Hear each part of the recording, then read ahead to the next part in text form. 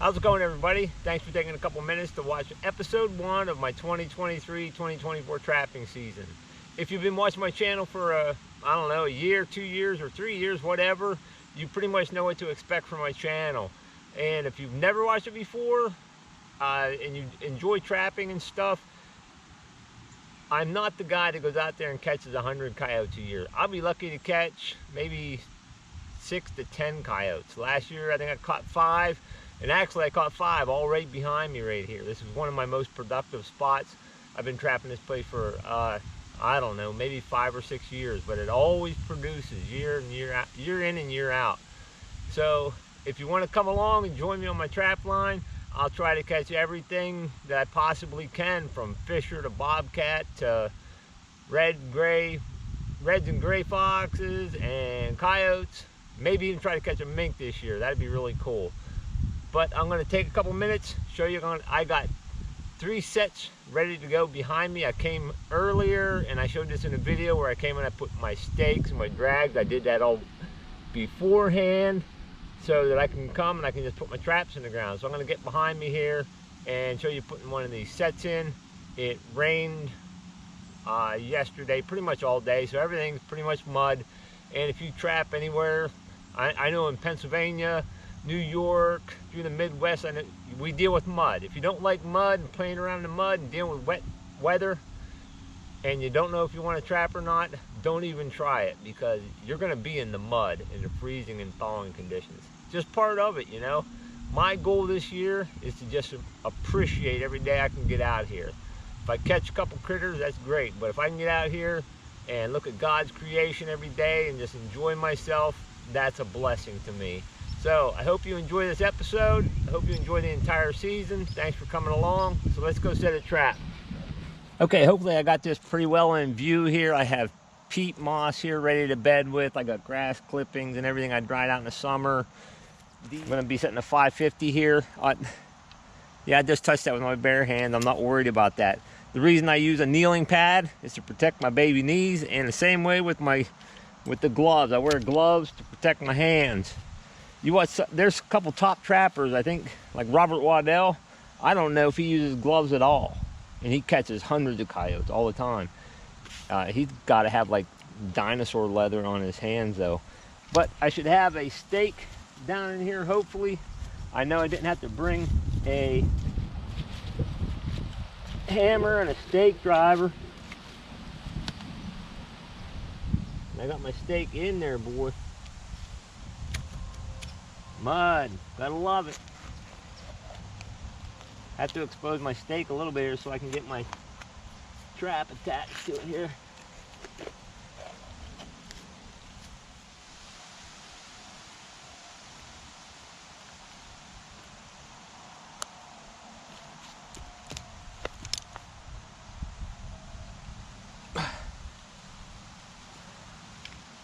That might not work. I meant to redrive this stake in. Nope. Dang it. That stake pulled out. Hard to believe.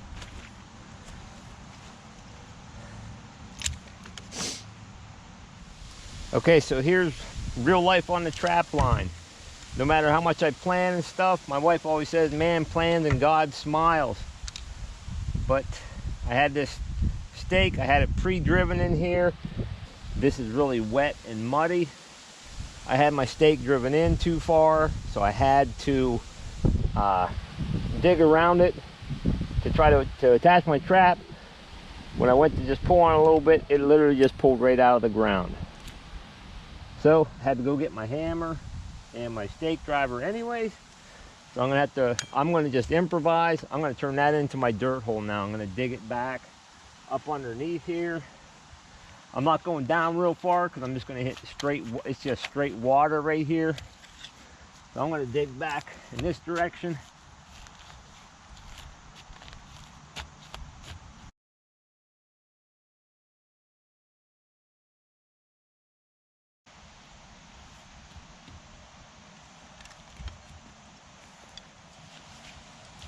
I got a monster trap bed here now for sure. All good.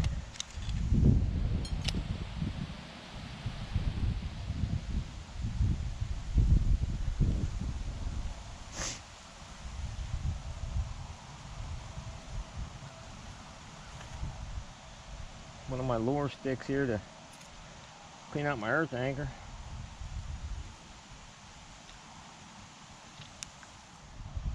Drive it in a completely different spot.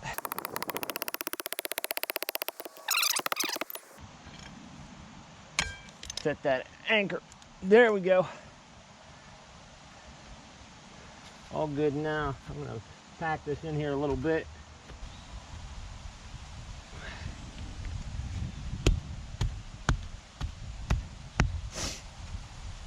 Place for the chain and swivel to lay down in.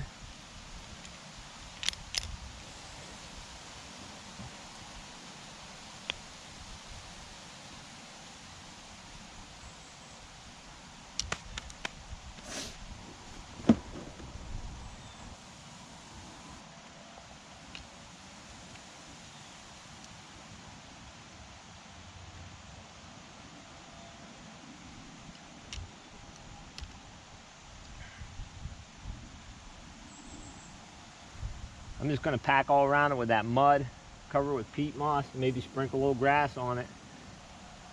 It's way too muddy to try to sift any dirt.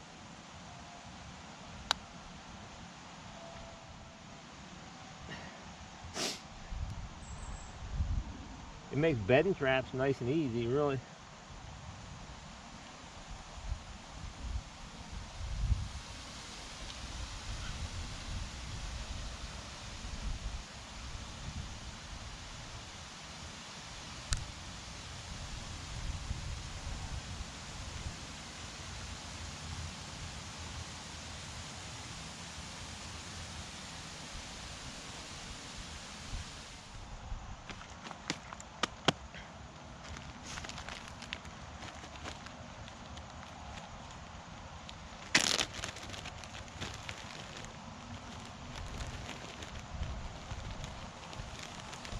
Peat moss.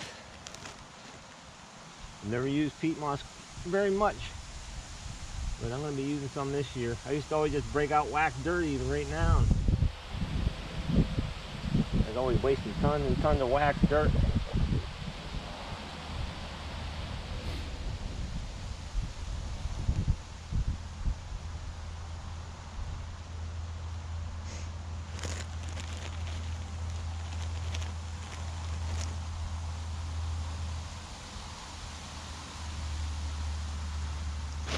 Couple grass clippings on top, maybe. We'll see how she rolls.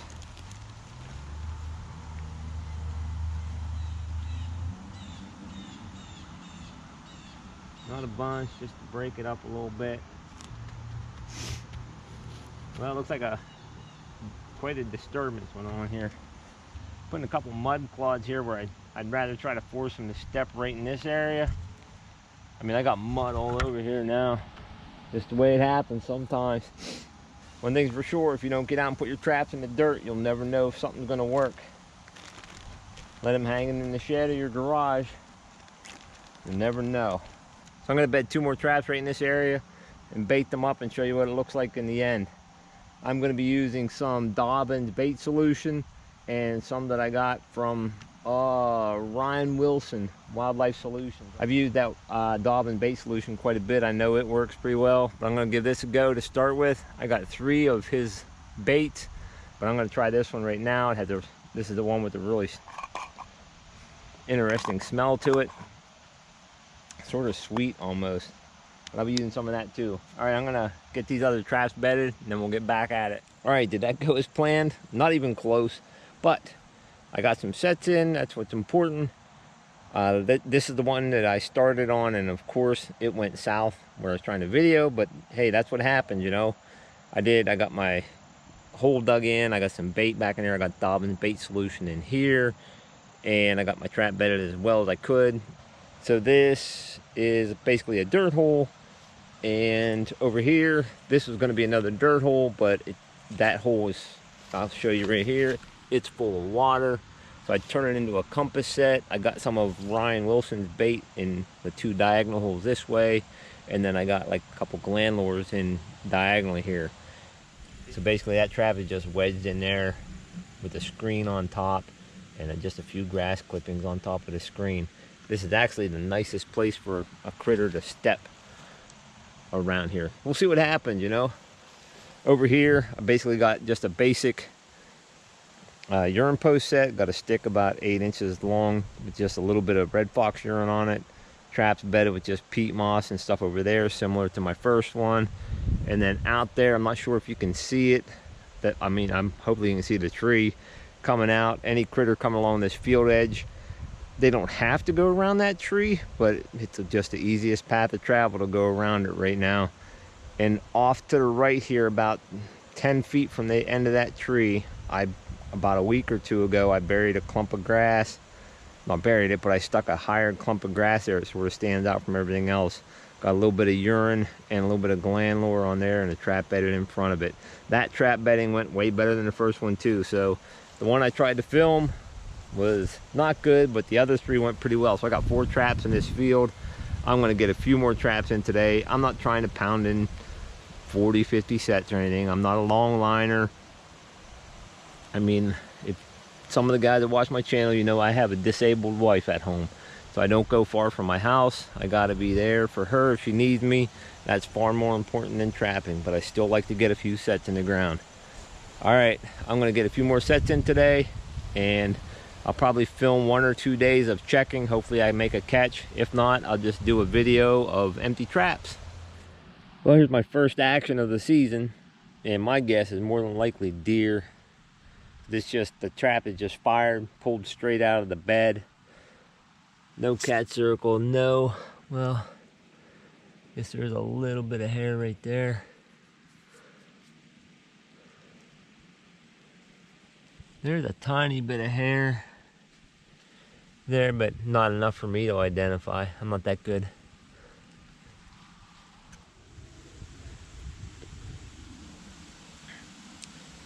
Does look like there's some bite marks in this screen cover though.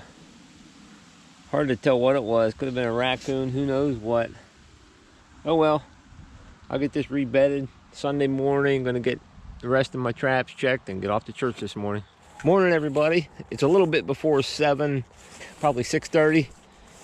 But I'm out early in the morning checking traps. I gotta get my wife to a doctor's appointment this morning. And it was before daylight, so I was doing actually a video a little bit for this flashlight that I've been trying out. Really cool, I love this flashlight. But I shined it on my first check of the morning. I don't have a ton of traps out yet. Saw a pair of eyes, and I initially thought it was either a raccoon or a possum. Turned out to be a gray fox. Pretty much this whole video is gonna be centered around this one trap.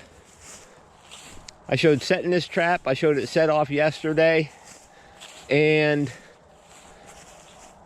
I initially thought it was a deer that set the trap off and pulled it out of the bed.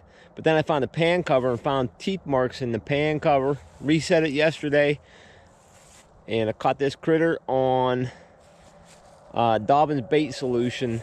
And I have a compass set right behind this little gray fox over here. So I'm going to get this guy dispatched. And I'm going to try my best to tan this spur this year. All right, here's my gray from this morning. Absolutely my favorite critter to catch. But I'm going to be skinning this guy out to try to tan him. I got a buddy, Ralph, has helped me with some tanning stuff. I'm just going to be skinning him and then getting them salted for tonight. I got 50 pounds of fine salt from, I think Royal King. I think it was like $6 or $7 for 50 pounds of salt. So I'm going to be getting that guy salted up. I think he's going to fit in that little tote right there. Tuck him off to one side. That's what Ralph told me to do, and then tilt it up so any of the moisture can drain out of it. And then tomorrow I'll be getting him into a pickle bath. So I'll show you once I get them all wrapped up and put it into that tote, and then we'll wrap this episode up. Okay, before I salt this guy up, I just want to show you what I'm doing. I'm not sure if I'm 100% correct, but I've completely turned the ear. The backside of the ear is completely done. The cartilage is left on the inside of the ear. I cut it way down by right where the ear canal goes into the skull. And I trimmed most of the fat and meat off the actual cartilage. So I just basically got cartilage left here, and there's pretty much skin right to the tip. So I'm hoping that let's get the tanning solution and stuff on there. And I'm just going to show how small of a hole that 177 caliber does. I mean, it's about the size of pencil lead maybe. It's a tiny hole, does a really good job. I don't have my catch pole while I use my pellet gun today. I got to get it back off of a guy. So I'm going to get this salted up and rolled up. Okay, got this guy salted up heavily in a little tote, angled down, so anything that draws out will drain down to the bottom. And then tomorrow I'll be getting that thing into a pickle bath. That's going to be about it for episode 1. Thanks for coming along my trap line. Hope you all enjoyed it. And I hope to have another episode coming out soon. Hope you all have a blessed day and stay safe, everybody.